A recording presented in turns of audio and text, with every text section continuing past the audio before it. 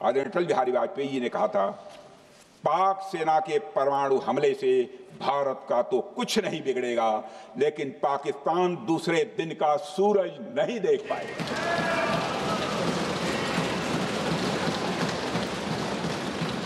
यानी अटल जी जो शांति का पैगाम लेकर गए, वही अटल जी शक्ति का भी परिचय देने में तनिक भी नहीं हिचके। यही है भारत। अध्यक्ष महोदय, यह सामर्थ्य का उद्घोष था।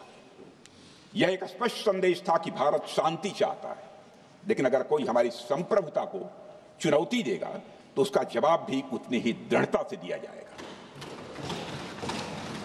अध्यक्ष महोदय, 2015 में जब हमारे प्रधानमंत्री मोदी जी ने लाहौर जाकर नवाज शरीफ से मुलाकात,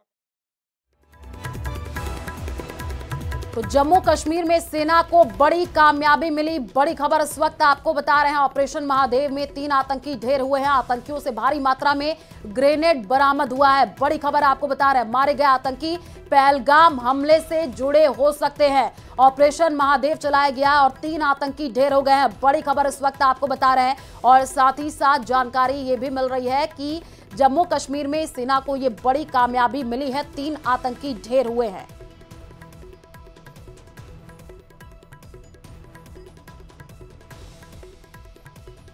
का दूसरा रास्ता अपनाया है। अध्यक्ष महोदय, अब हमारे प्रधानमंत्री श्री नरेंद्र मोदी जी और हमारी सरकार का स्टैंड बिल्कुल क्लियर है कि टेररिज्म और टॉक्स ये दोनों साथ नहीं चल सकते,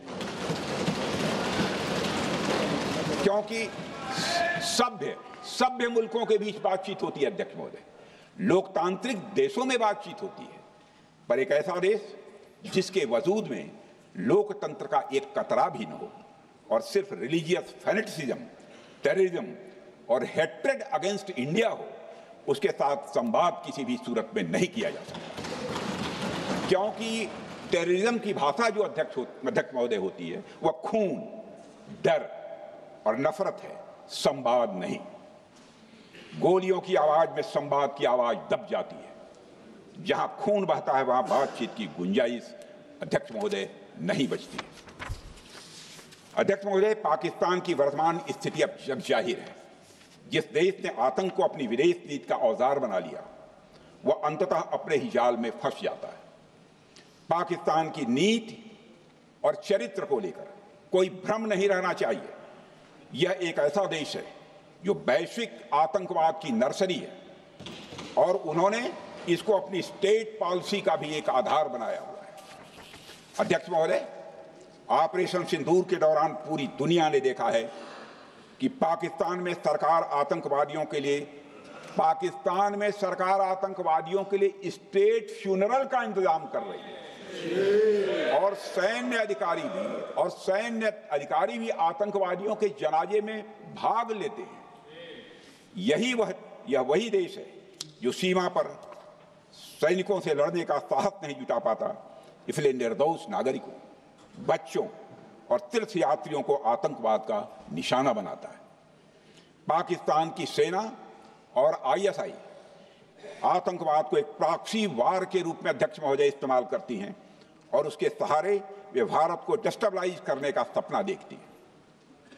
अध्यक्ष महोदय, मैं लोकतंत्र के मंदिर में खड़े होकर यह बात कह रहा हूं कि भारत को 1000 कट्स देने का सपना पालने वालों को नींद से जग जाना चाहिए। यह मोदी जी के नेतृत्व वाला नया भारत है जो आतंकवाद के खिलाफ किसी हद तक जा सकता है।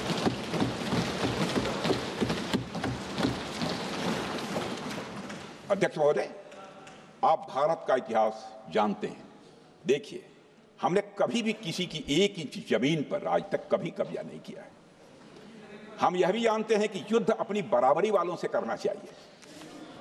ऐसा गोस्वामी तुलसीदास जी ने लिखा है और गोस्वामी तुलसीदास जी कहते हैं कि नीति ऐसी ही होनी चाहिए, प्रीति और बैर बराबरी वाले से ही करनी चाहिए। शेर यदि मेढकों को मारे तो उसका बहुत अच्छा संदेश नहीं आता है। अध्यक्ष महोदय, और अध्यक्ष महोदय, हमारे देश की सेना शेर है।